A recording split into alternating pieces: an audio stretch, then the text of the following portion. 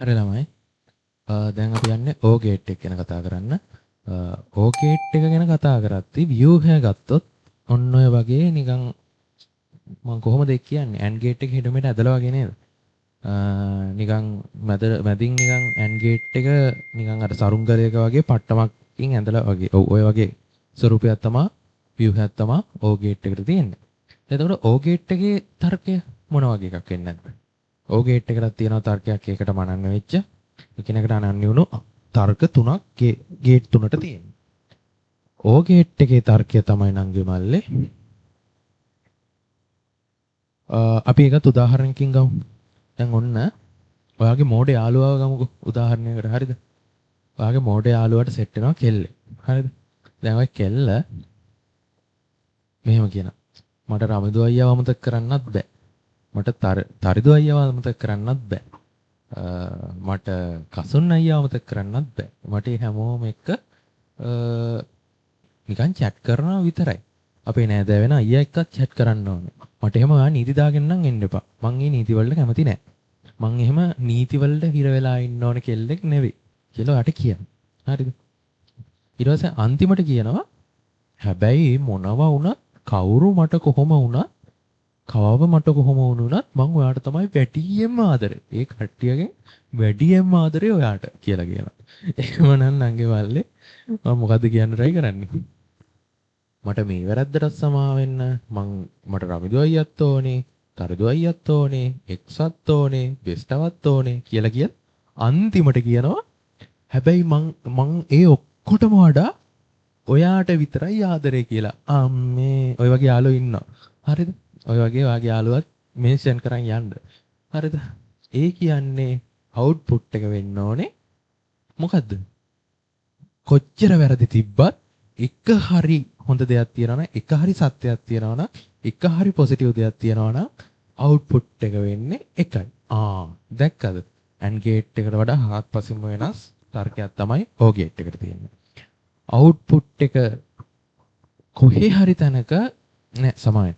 Input එක කොයි හරි තැනක එක වෙලා තියෙනවා නම් අවුට්පුට් එක වෙන්නේ එකයි. වැරදි කෝටියක් වැරදි 1000ක් තිබ්බත් එක හරි හොඳක් තියනවා නම් අවුට්පුට් එක වෙන්නේ හොඳයි කියලා. එක. කොච්චර හොඳද නේ? වැරදි කොච්චර කරත් අන්තිමේදී මම ඔයාට ආදරේ කිව්ව ගම අනේ අර ඔක්කොම වැරදි ටික අමතක කරලා එයාට සමාව දෙනවා. ඕක තමයි වෙන්නේ O gate එකේදී. නියම උදාහරණේ ඔලුවට එන්නේ. මේ එහෙමනම් ඔයා නෝට් එකක් දාගන්න මම නෝට් එකක් දෙන්න.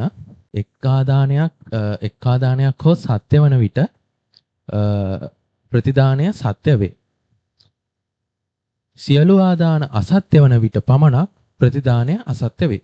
ඔයා හිතන්න ඔහොම කියලා මං තමුසෙට ආදරෙත් නැහැ කිව්වොත් මෙතනදී මං තමුසෙට ආදරෙත් නැහැ. මට මුන් ඕනේ, මට එක්සත් ඕනේ, තරිදුවත් ඕනේ, තරිදු අයියවත් ඕනේ, නෑදෑ වෙන අයියවත් ඕනේ, ඔක්කොම ඕනේ.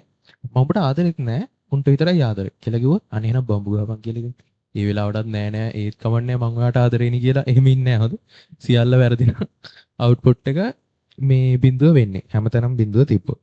ඒ කියන්නේ ඔයා සරලව මෙහෙම ඔලුවට ගන්න මොකද්ද O gate එක කියන්නේ කියලා. O gate එක කියන්නේ දැන් මම දුන්නා මොකද්ද තර්කය කියලා නෝට් එක.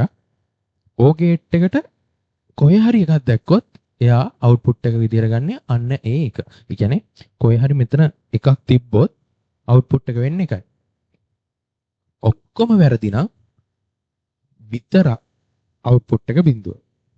කොයි හරි තැනක් විතරක් එයාට හරි නම් ඇති සමාව දෙන්න. එහෙමද? කොයි හරි තැනක් විතරක් එක තිබ්බොත් කොහෙම හරි තැනක ඒ කියන්නේ මං දැන් මේ කියන්නේ මොකද්ද? බිඳු 1000ක් තිබිලා එක තැනක එක හොඳක් තිබ්බොත් එකක් තිබ්බොත් කොයි හරි තැනක අවුට්පුට් එක වෙන්න ඕනේ එකයි. ඔක්කොම වැරදි නම් ඉතින් කරන්න දෙයක් නැහැ. කරුමේ තමයි. එහෙනම් සත්‍යතාවක පුරවමු. දැන් මේ එක එක සත්‍යතාවක් වල මං කිව්ව විදිහට තමයි මුලින්ම ඔයා සිද්ධි ටික දාගන්න ඕනේ. මං කිව්ව විදිහට දෙකේ බලය අරගෙන මංකමකලා දෙකේ බලය අරගෙන 8 නම් ආවේ ඒකේ භාගය අරගෙන මුලින්ම භාගේ දාගන්නවා. 0.4යි 1.4යි. ඊට පස්සේ ඒකෙත් භාගේ 0.2 1.2 0.2 1.2. ඊට පස්සේ 0.1 ඔන්න ඔන්න. එතකොට A B C D තිබ්බොත් එතකොට මේ මෙතනින් ආ එකක් වැඩි වෙනවා. ඒක තේරෙන්න ඕනේ. ඊට පස්සේ මෙතනට එනවා B C D එහෙම අර මේ දැන් මෙතෙන්ට මේ එන්න ඕනි කියලා ගන්න නෑ හොඳේ. ඔයා මෙතනින් C D B A කියලා දැම්මත් එකයි. තේරුණාද?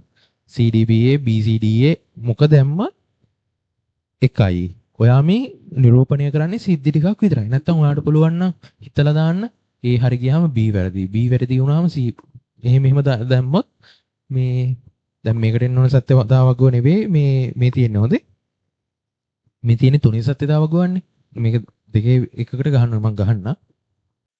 හරි මෙන්න මේ විදිහේ සත්‍යතාවකයක් තමයි ඔයාලට එන්න ඕනේ.